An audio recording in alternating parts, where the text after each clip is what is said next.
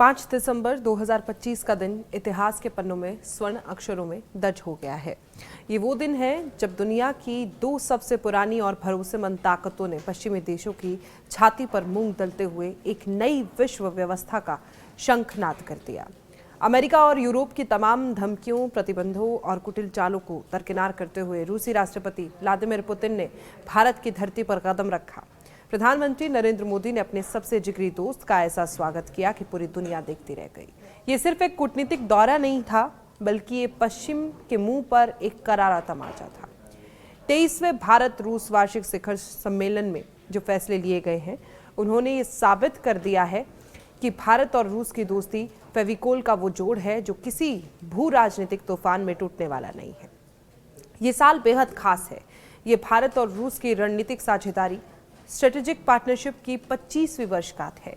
2000 में जब Vladimir Putin पहली बार राष्ट्रपति के तौर पर भारत आए थे, तब जो बीज बोया गया था, आज 2025 में वो एक विशाल वट वृक्ष बन चुका है।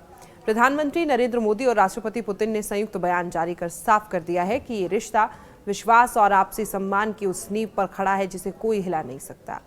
5 दिसंबर को जारी संयुक्त बयान का एक एक शब्द इस बात की गवाही देता है कि भारत और रूस अब मल्टीपोलर वर्ल्ड के सबसे बड़े आर्किटेक्ट बन चुके हैं। संयुक्त बयान के 70 बिंदुओं में छुपा है भविष्य का वो रोड मैप जो भारत को एक मिलिट्री इकोनॉमिक सुपर पावर बनाने के लिए तैयार किया गया है। चाहे वो डिफेंस हो, स्पेस हो, न्यूक्लियर एनर्जी हो या फिर ट्रेड, हर मोर्चे पर रूस ने भारत का हाथ थाम लिया। रक्षा क्षेत्र हमेशा से भारत रूस संबंधों की रीढ़ रहा है, लेकिन इस बार कहानी बदल गई है। अब भारत सिर्फ खरीदार नहीं है। प्रधानमंत्री नरेंद्र मोदी के आत्मनिर्भर भारत अभियान को रूस ने अपना पूरा समर्थन दिया। संयुक्त बयान के पैराग्राफ 28 से 31 में साफ लिखा कि अब रिश्ता खरीद फरोख्त से आगे बढ़कर को डेवलपमेंट और को प्रोडक्शन पर आ गया है। रूस ने वादा किया कि वो भारत में ही अपने हथियारों के स्पेयर पार्ट्स, कंपोनेंट्स और एग्रीगेट्स का निर्माण करेगा। इसका मतलब समझते हैं आप? इसका मतलब है कि अब युद्ध के समय भारत को स्पेयर पार्ट्स के लिए मॉस्को की तरफ नहीं देखना पड़ेगा। जब कुछ भारत में बनेगा, टेक्नोलॉजी ट्रांसफर के जरिए रूस भारत की सेना को वो ताकत देने जा रहा है जिससे हमारे दुश्मन थर्रा उठेंगे। इतना ही नहीं, भारत में बने ये रूसी हथियार दोस्त देशों को एक्सपोर्ट भी किए गए। ये भारत को डिफेंस मैन्युफैक्चरिंग हब बनाने की दिशा में सबसे बड़ा कदम है। 22वीं IRIGC MNMTC बैठक जो 4 दिसंबर 2025 को हुई, उसमें यह तय किया गया कि भारत की सुरक्षा जरूरतों के हिसाब से एडवांस डिफेंस टेक्नोलॉजी का साझा विकास होगा। ये उन पश्चिमी देशों के लिए बड़ा झटका है जो भारत को अपनी शर्तों पर हथियार बेचना चाहते थे।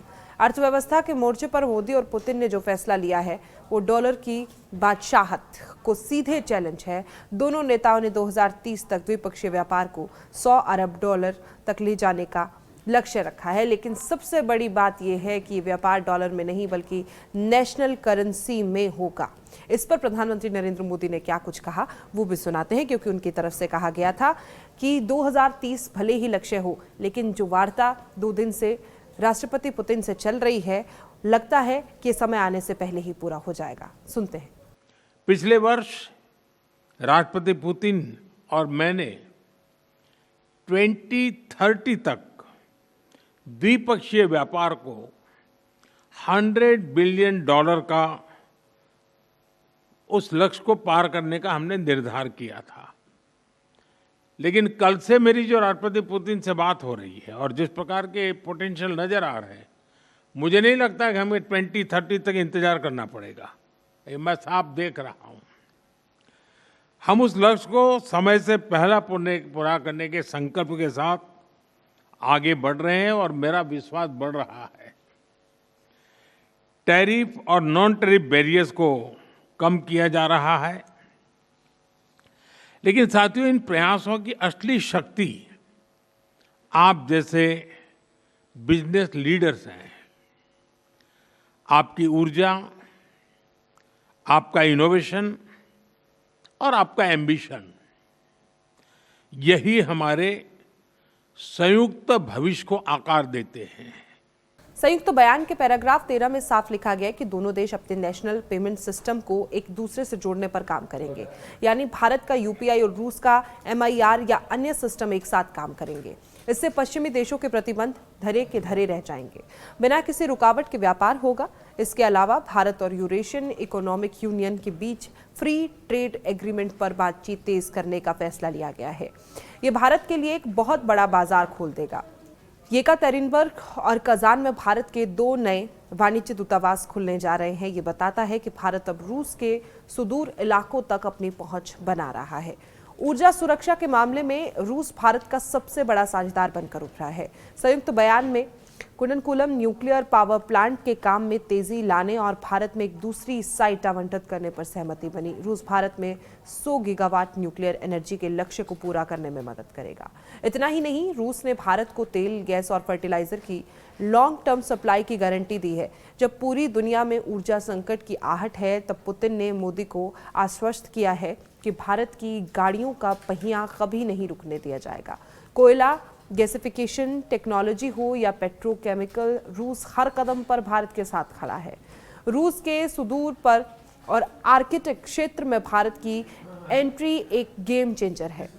पैराग्राफ 21 में 2024-2029 के लिए सहयोग कार्यक्रम का जिक्र है। व्लादिमीर पुतिन ने भारत को आर्कटिक के संसाधनों में हिस्सेदारी का ऑफर दिया है। ये वो इलाका है जहां तेल, गैस और दुर्लभ खनिजों का भंडार है। चेन्नई व्लादिवोस्तोक मैरीटाइम कॉरिडोर यानी कि ईस्टर्न मैरीटाइम कॉरिडोर और नॉर्दर्न सी रूट पर सहयोग बढ़ाकर भारत ने चीन की बेल्ट एंड रोड इनिशिएटिव को करारा जवाब दिया। भारत अब सीधे आर्कटिक के रास्ते यूरोप और रूस से जुड़ सकेगा। ये सामरिक और आर्थिक दोनों नजरिए से भारत की बहुत बड़ी जीत है। संयुक्त बयान का पैराग्राफ 7 पाकिस्तान के लिए किसी बुरे सपने से कम नहीं है। इसमें 22 अप्रैल 2025 को जम्मू कश्मीर के पहलगाम में हुए आतंकी हमले और 22 मार्च 2024 को मॉस्को के क्रुक्स सिटी हॉल में हमले की कड़े शब्दों में निंदा की गई है। मोदी और पुतिन ने एक स्वर में कहा कि आतंकवाद के खिलाफ जीरो टॉलरेंस की नीति अपनाई जाएगी। सीमा पार से आतंकवाद और टेरर फाइनेंसिंग का जिक्र करके इशारों में पाकिस्तान को बता दिया गया है कि अब उसकी खैर नहीं। दोनों देशों ने कसम खाई है कि वो आतंकियों के सेफ हेवन को जड़ से उखाड़ फेंकेंगे, चाहे वो अफगानिस्तान में छिपे आतंकी हो या पाकिस्तान में। भारत और रूस मिलकर उनका सफाया करेंगे। इस ऐतिहासिक दौरे का अंत एक और बड़ी खबर के साथ हुआ। राष्ट्रपति पुतिन ने पीएम मोदी को 2026 में 24वें वार्षिक शिखर सम्मेलन के लिए रूस आने का न्योता दिया है। प्रधानमंत्री नरेंद्र मोदी ने इसे स्वीकार कर लिया है।